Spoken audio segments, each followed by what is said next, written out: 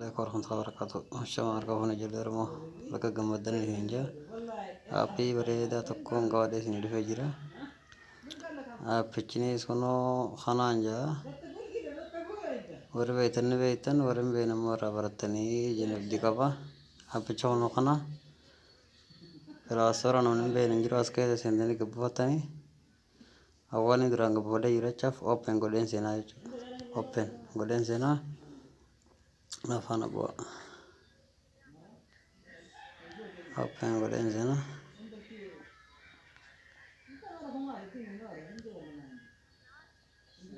Open godheen seenaa afaan bu'a jechuudha. Aga open godhanii kana seentan qulfii itti godhatanii jechuudha. Waan barbaadan itti godhatanii qulfii isin itti godhatanii malee hin banamu jechuudha.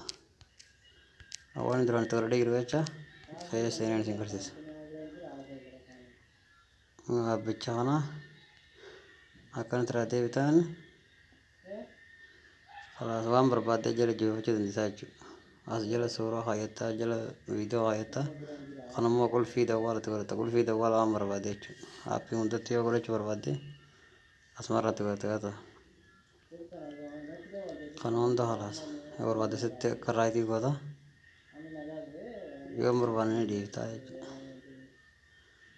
Akka gammaddanii jiran jaa sheer walii godhaa walii dabarsaa isiniin jaa.